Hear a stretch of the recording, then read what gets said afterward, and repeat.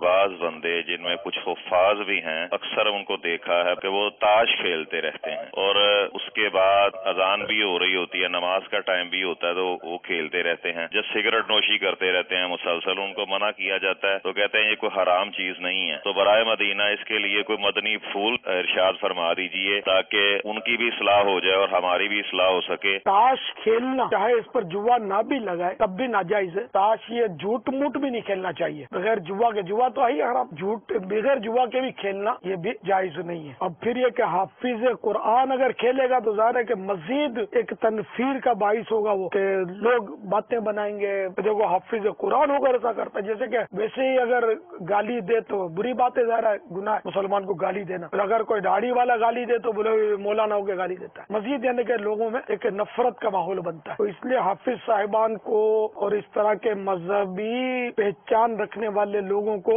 زیادہ بچنا چاہیے۔ اللہ تعالیٰ عقل سلیم عطا فرمائے۔ سگریٹ بھی پیتے ہیں بتایا، ویسے اگر کوئی سگریٹ پیتا ہے تو گناہ نہیں ہے۔ سگریٹ کو بعض لوگ نشہ بولتے ہیں، نشہ ہے، تو شاید ان کی نشے کی تعریف کی طرف توجہ نہیں ہے، معلومات کی کمی کی وجہ سے بعض لوگ بول دیتے ہیں کہ سگریٹ نشہ ہے۔ نشے کی تعریف ڈیفینیشن یہ ہے کہ اس سے عقلی جو ہے نا اس میں خلل واقع ہو جائے، نشہ وہ ہے، یعنی ایسی چیز کھائی پی کہ جس سے عقل میں فطور آ جائے، خلل واقع ہو جائے، تو یہ نشہ ہے۔ سگریٹ پینے سے ایسا ہوتا نہیں ہے، تو سگریٹ بھی نہیں پینی چاہیے، ہے مطلب نقصان دہ بہت ہے صحت کے لیے، لیکن اگر کوئی پیے تو اس کو ہم گناہ گار نہیں بولیں گے۔ باپا یہاں سائل محترم نے جو سوال کیا، اس میں ظاہر ہے کہ ایک عام آدمی بھی، ایک عام مسلمان بھی اگر اس طرح کی کوئی حرکتیں کرے گا تو لوگ اس کے لیے اچھے تاثرات نہیں دیں گے، لیکن وہ باپا معاشرے کا طبقہ جو معاشرے میں ایک معزز کہلاتا ہے اور ایک عزت دار طبقہ کہلاتا ہے، لوگ اس کی